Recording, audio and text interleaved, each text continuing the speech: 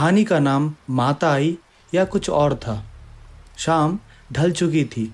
आसमान में सूरज का आखिरी रंग जैसे मिट्टी में घुल गया था। दूर दूर तक फैले खेतों पर हल्की धुंध उतरने लगी थी और हवा में गीली मिट्टी की महक घुलकर एक अजीब सी बेचैनी पैदा कर रही थी। गांव कंकालपुर, एक ऐसा गांव जहां रात जल्दी उतरती थी और सन्नाटा देर तक रहता था। आरब मिश्रा ने बस से उतरते हुए अपने बैग के पट्टे को ठीक किया। शहर की तेज रफ्तार से निकला उसका मन यहाँ की धीमी ठहरी हुई हवा को समझने की कोशिश कर रहा था। कच्ची सड़क पर उसके कदमों की आवाज़ साफ सुनाई दे रही थी, जैसे गांव हर नए आने वाले को पहचान लेता हो।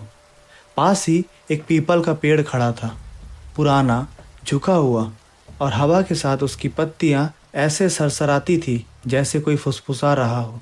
आज मत आना था बाबू। अचानक पीछे से आवाज़ आई। आरब ने मुड़कर देखा। एक दुबला पतला लड़का, आंखों में हल्का डर, हाथ में लकड़ी का डंडा पकड़े खड़ा था। क्यों? आरब ने हल्की मुस्कान के साथ पूछा। लड़का कुछ पल चुप रहा, फिर धीरे से बोला, आज अमावस्या है। उसके शब्दों में कोई साधारण चेतावनी नहीं थी, उसमें डर था, एक ऐसा डर जो पीढ़ियों से पल रहा हो। आरब हंस दिया। तो चांद नहीं है, इसमें डरने वाली क्या बात है? लड़के ने जवाब नहीं दिया, बस सिर झुकाकर बोला, रात होने दो, समझ जाओगे। वो मुड़कर चला गया। आरब ने कंधे उचकाए और गांव की तरफ बढ़ गया। रात पूरी तरह उतर चुकी थी। आसमान काला था, इतना काला कि जैसे किसी ने सारे सितारे भी बुझा दिए हों। सिर्फ दूर कहीं मंदिर की घंटियों की धीमी आवाज़ आ रही थी और बीच बीच में कुत्ते का भौंकना सन्नाटे को और गहरा कर रहा था। आरब को रहने के लिए एक छोटा सा मिट्टी का घर दिया गया था। अंदर एक लालटेन टंगी थी, जिसकी पीली रोशनी दीवारों पर अजीब सी आकृतियाँ बना रही थी।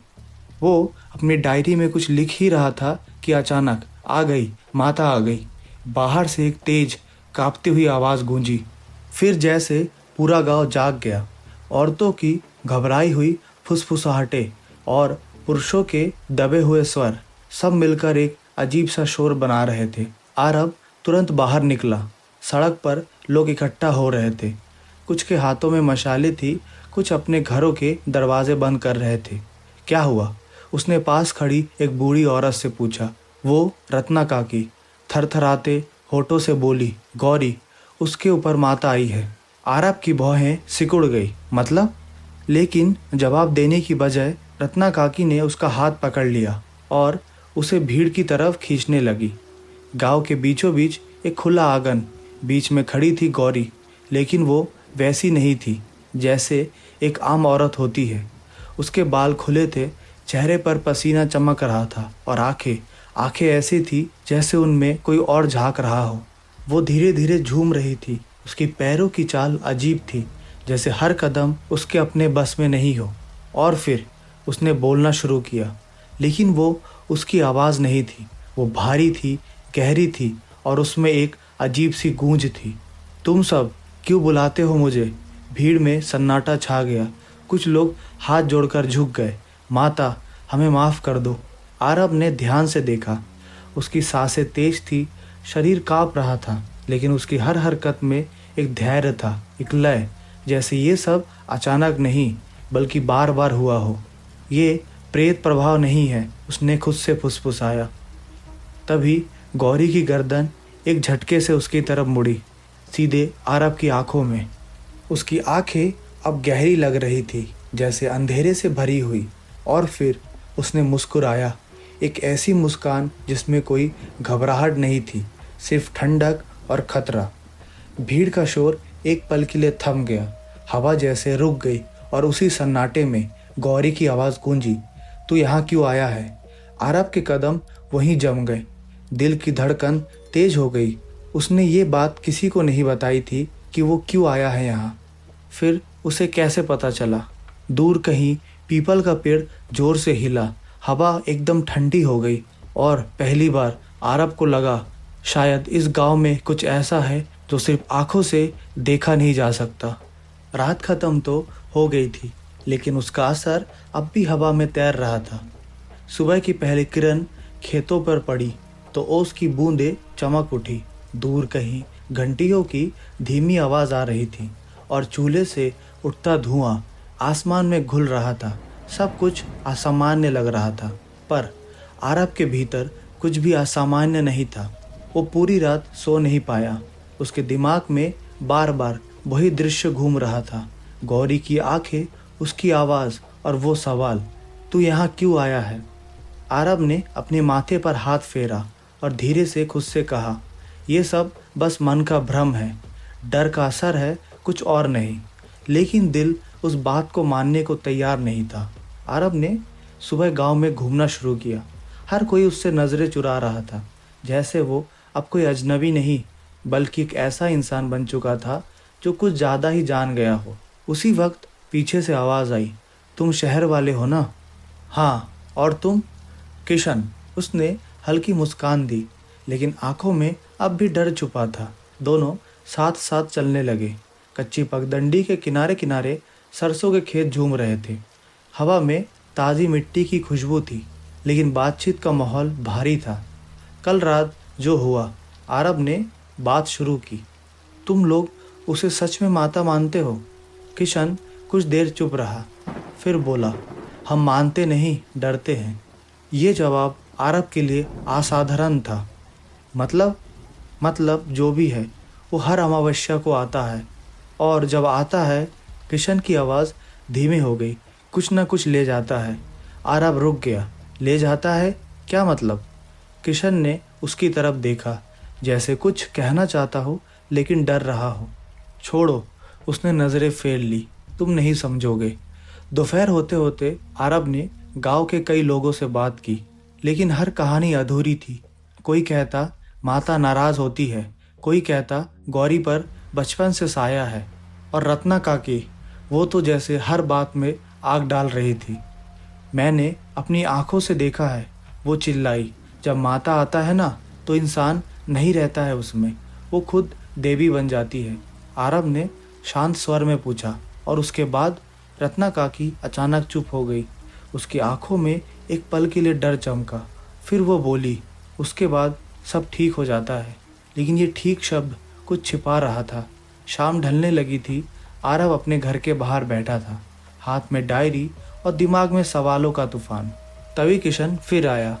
इस बार उसका चेहरा और ज़्यादा गंभीर था। तुम सच जानना चाहते हो? उसने धीरे से पूछा। आरब ने बिना सोचे सिर हिला दिया। किशन ने चारों तरफ देखा, फिर उसे खेतों की तरफ ले गया, जहाँ कोई नहीं था। हवा तेज चल रही थी। सरसों के फूल झुक झुकाकर जैसे कोई राज सुनाने की कोशिश कर रहे थे।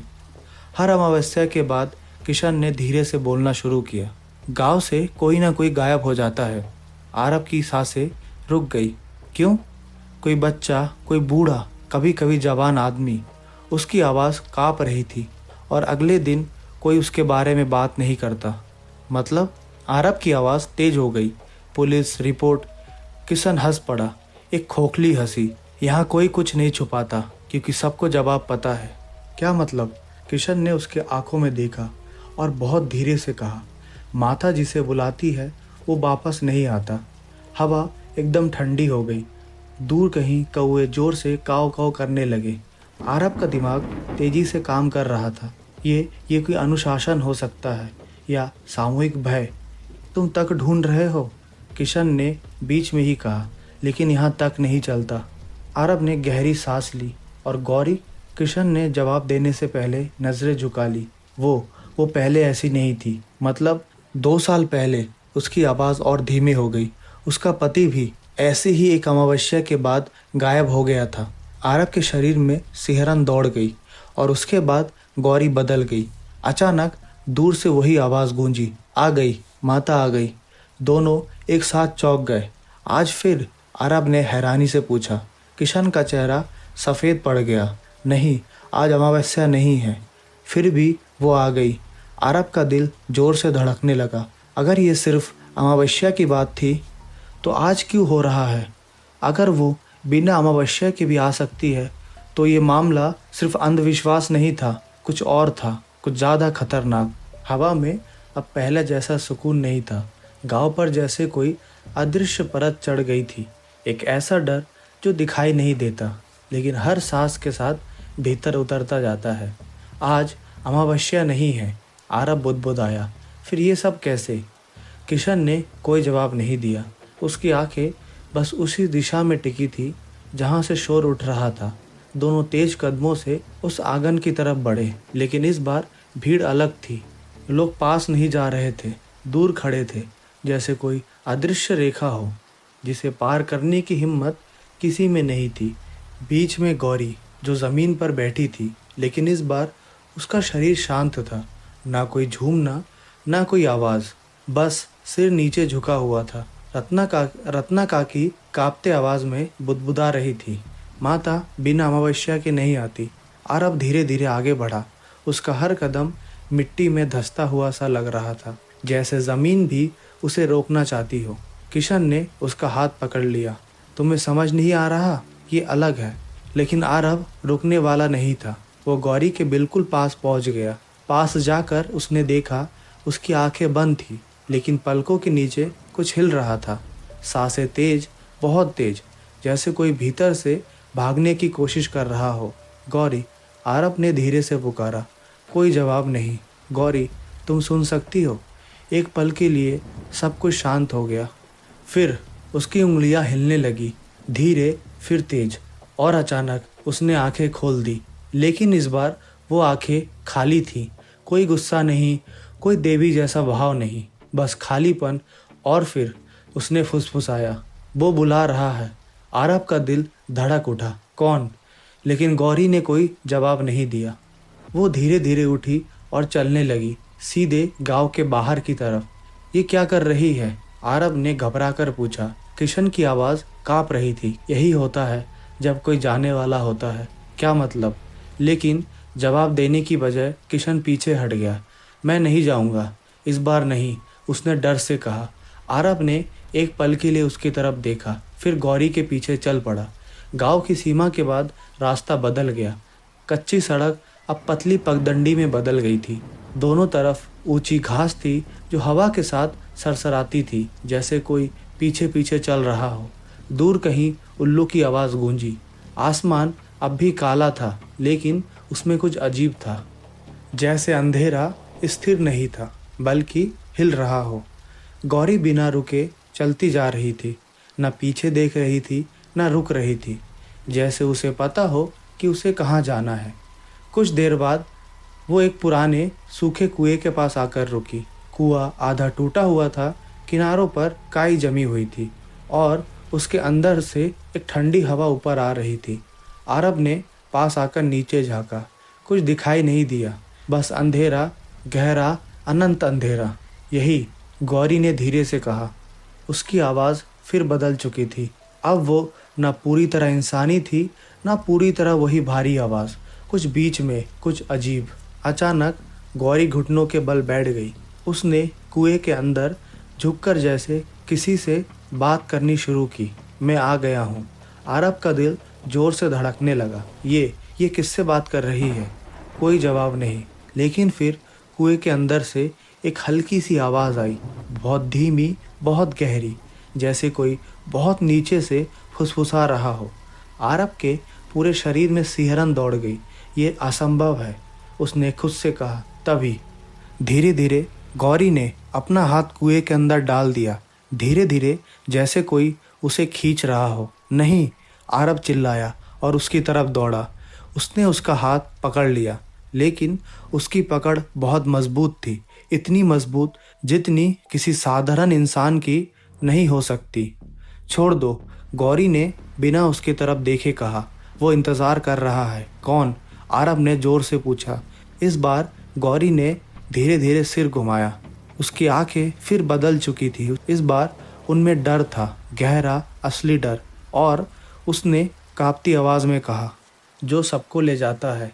अचानक कुएं के अंदर से एक तेज हवा का झोंका ऊपर आया, इतना ठंडा कि जैसे किसी ने बर्फ़ छू ली हो। आरव का हाथ फिसल गया। गौरी का शरीर एक पल के लिए आगे झुका और फिर सब कुछ शांत हो गया। ना कोई आवाज़, ना कोई हरकत। गौरी वहीं रुक गई, जैसे कुछ हुआ ही नहीं हो। कुछ सेकंड बाद उसने धीरे धीरे अपना हाथ वापस खींचा और बिना कुछ बोले वापस चलने लगी, जैसे उसे कुछ याद ही ना हो। आरव वहीं खड़ा रह गया। उसकी सांसें तेज थी, दिल जोर से धड़क रहा था और दिमाग पूरी तरह उलझ चुका था। ये कोई देवी नहीं थी, ये कोई साधारण बीमारी भी नहीं थी। तो फिर ये क्या था? पीछे से किशन की आवाज़ आई, तुमने देख लिया ना? आरव ने धीरे से सिर हिलाया। किशन ने उसकी आंखों में देखते हुए कहा, अब समझ आ गया क्यों कोई वापस नहीं आता? हवा फिर से चलने लगी। कुएं के अंदर से हल्की सी आवाज़ फिर उठी, जैसे कोई अब भी इंतज़ार कर रहा हो। रात बीत चुकी थी, लेकिन उसके भीतर जो कुछ जाग गया था वो अब सोने वाला नहीं था। सुबह की धूप गांव पर पड़ी तो सब कुछ फिर वैसे ही लगने लगा। औरतें चूल्हा जला रही थी, बच्चे मिट्टी से खेल रहे थे, बैलों की घंटियां बज रही थी, जैसे कुछ हुआ ही नहीं। लेकिन आरव जानता था कुछ बहुत बड़ा गलत है यहाँ। वो सीधे किशन के पास पहुँचा। ये कुआं, उसने बिना समय गवाए कहा, वहाँ कोई है, कोई आवाज़, कोई मौजूदगी। तुम लोग ने कभी देखा नहीं? किशन ने तुरंत नज़रें फेर ली। हम वहाँ नहीं जाते। क्यों? क्योंकि जो जाता है वो वापस नहीं आता। आरव ने गहरी सांस ली। सुनो किशन, ये सब माता नहीं है, कुछ और है, कोई क्रम, कोई प्रणाली। प्रणाली? किशन हंसा, एक थकी हुई हंसी। यहाँ लोग प्रणाली नहीं जानते, बस डर जानते हैं। आरव चुप हो गया। उसने चारों तरफ देखा। हर चेहरा सामान्य था, लेकिन आंखों में एक अजीब सी खालीपन, जैसे सब कुछ जानते हुए भी कोई बोल नहीं रहा था। दोपहर में आरव रत्ना काकी के घर पहुंचा। मिट्टी का छोटा सा आंगन, दीवारों पर पुराने धुएं के निशान और एक कोनों में जलता हुआ दिया। रत्ना काकी उसे देखकर चौंक गई। तू फिर आ गया? आरव ने सीधा पूछा। गौरी हर बार कुएं पर क्यों जाती है? रत्ना काकी का चेहरा एक पल के लिए सख्त हो गया। तुझे वहाँ नहीं जाना चाहिए था, उन्होंने धीरे से कहा। लेकिन गया, आरव ने आंखों में देखते हुए कहा। और अब मुझे सब सच जानना है। कुछ देर तक सन्नाटा रहा। फिर रत्ना काकी ने गहरी सांस ली। तू शहर से आया है, इसलिए समझ नहीं पाएगा, उन्होंने धीमे स्वर में कहा। कोशिश तो कर सकता हूँ। रत्ना काकी ने अपनी आंखें बंद कर ली, जैसे कोई पुरानी याद वापस आ गई हो। 2 साल पहले, उन्होंने कहना शुरू किया, उस कुएं के पास एक हादसा हुआ था। आरव ध्यान से सुनने लगा। गौरी का पति शंकर, वो शराब पीकर उस कुएं में गिर गया था। आरव की आंखें चौड़ी हो गई और वो कभी मिला नहीं। उनकी आवाज़ धीमी हो गई। हवा एकदम भारी हो गई। उस दिन के बाद रत्ना काकी ने कहा, गौरी बदल गई।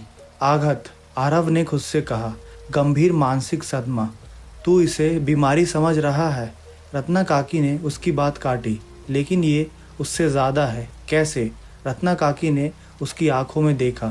पहले सिर्फ गौरी बदलती थी, फिर धीरे धीरे बाकी लोग भी। आरव चौंक गया। मतलब जैसे उस कुएं के पास जाने का मन होता है। उन्होंने कहा, वो खुद नहीं जाता, उसे कोई बुलाता है।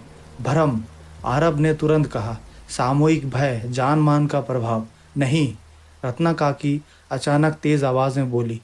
उनकी आंखों में अब डर साफ दिख रहा था। हम सब ने सुना है वो आवाज़, वो फुसफुसाहट। आरव चुप हो गया। तुझे लगता है हम सब पागल हैं? रत्ना काकी ने पूछा।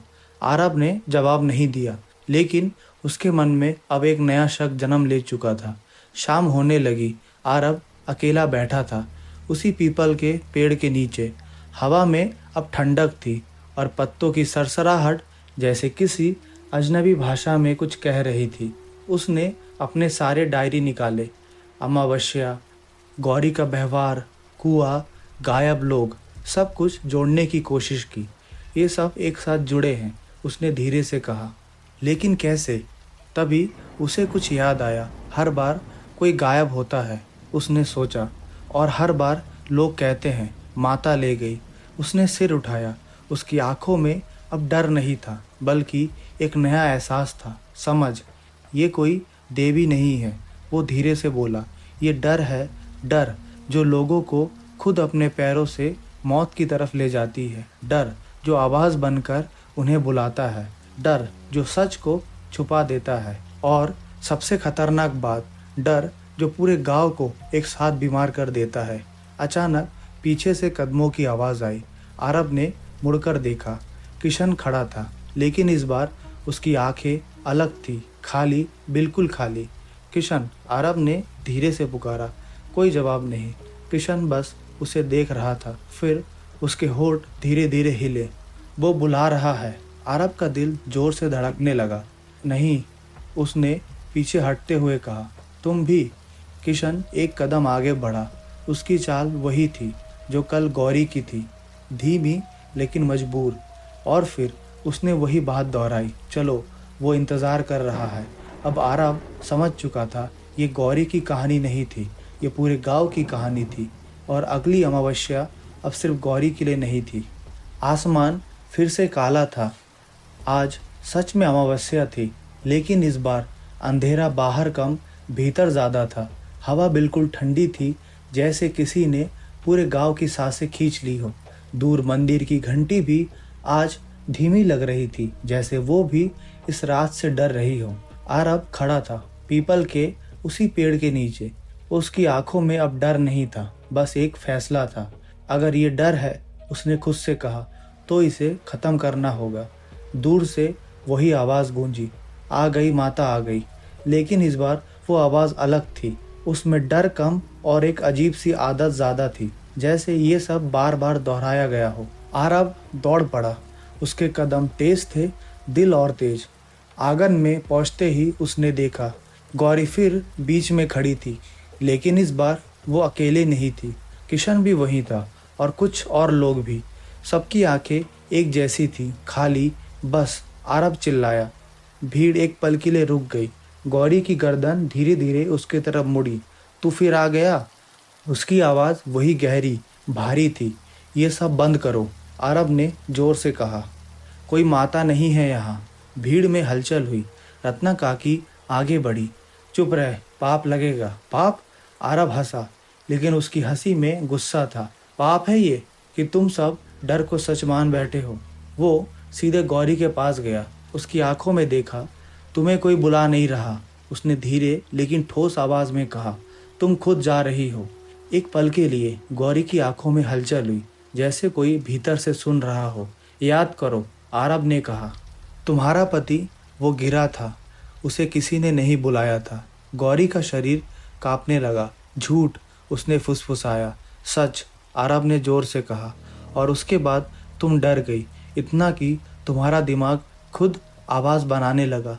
भीड़ अब पूरी तरह चुप थी, हवा भी रुक गई थी। और तुम, आरब ने सबकी तरफ देखा, तुम सब ने उस डर को सच बना दिया। हर बार कोई खुद चला जाता है, उसने कहा, क्योंकि उसे लगता है कोई बुला रहा है। किशन एकदम के लिए चिल्लाया, नहीं नहीं, मैंने सुना है। हाँ, आरब ने उसकी तरफ देखा। तुमने सुना, क्योंकि तुम डरते हो। डर इंसान को आवाज़ सुनने पर मजबूर करता है, उसने धीरे से कहा। डर इंसान को खुद अपनी मौत की तरफ ले जाता है। गौरी अब ज़मीन पर गिर गई थी। उसकी सांसें तेज थी, आंखों से आंसू बह रहे थे। कोई नहीं है वहाँ, आरब ने झुककर कहा। वो कुआं खाली है। नहीं, गौरी रोते हुए बोली, वो मुझे बुलाता है। वो तुम्हारा डर है। आरब ने उसका हाथ पकड़ा। और आज तुम उसे नहीं सुनोगे। कुछ पल के लिए सब कुछ थम गया। फिर एक तेज हवा चली, पीपल के पत्ते जोर से हिले और दूर कुएं की दिशा से वही हल्की सी फुसफुसाहट आई। भीड़ एकदम सिहर गई। सुनो, कोई बोला, लेकिन इस बार आरब खड़ा रहा। उसने जोर से कहा, ये हवा है, ये आवाज़ नहीं। उसकी आवाज़ गूंज गई गांव के हर कोनों में। गौरी ने धीरे धीरे सिर उठाया। उसकी आंखों में अब डर कम था और कुछ और था। किशन पीछे हट गया, उसके चेहरे पर पसीना था। मैं खुद गया था, उसने धीरे से कहा। भीड़ में हलचल हुई। पिछली बार किशन की आवाज़ टूट रही थी। मैं ही कुएं के पास गया था। मुझे लगा कोई बुला रहा है, लेकिन उसने रोते हुए कहा, वहाँ कोई नहीं था, सन्नाटा। रत्ना काकी ज़मीन पर बैठ गई। उनके ठोड़ काँप रहे थे। तो ये सब डर। आरब ने शांत स्वर में कहा, बस डर। आसमान में हल्की हवा चली। इस बार वो ठंडी नहीं थी। गौरी धीरे धीरे उठी। उसकी चाल अब सामान्य थी, आंखों में कोई अंधेरा नहीं था। वो धीरे से बोली, मैंने उसे खुद खोया था। उसकी आवाज़ भारी थी, और फिर खुद को भी। आरब ने कुछ नहीं कहा, बस चुप खड़ा रहा। गांव धीरे धीरे बिखरने लगा। लोग अपने अपने घरों की तरफ लौटने लगे। इस बार बिना माता के नाम के। रात अभी भी थी, अमावस्या भी थी, लेकिन अब डर थोड़ा कम था। आरब ने आखिरी बार कुएं के दिशा में देखा। वहाँ सिर्फ अंधेरा था, खाली, शांत, और पहली बार उसे लगा कुछ सच में ख़त्म हुआ है। लेकिन जैसे ही वो मुड़ा, हवा फिर से हल्की फुसफुसाई, बहुत धीमी, बहुत गहरी। तू यकीन करता है? आरब रुक गया। उसका दिल एक पल के लिए थम गया। वो धीरे धीरे पीछे मुड़ा, कुएं की तरफ देखा, और इस बार उसने कुछ नहीं कहा, बस मुस्कुरा दिया, क्योंकि अब उसे पता था डर तब तक जिंदा रहता है जब तक तुम उसे सच मानते हो।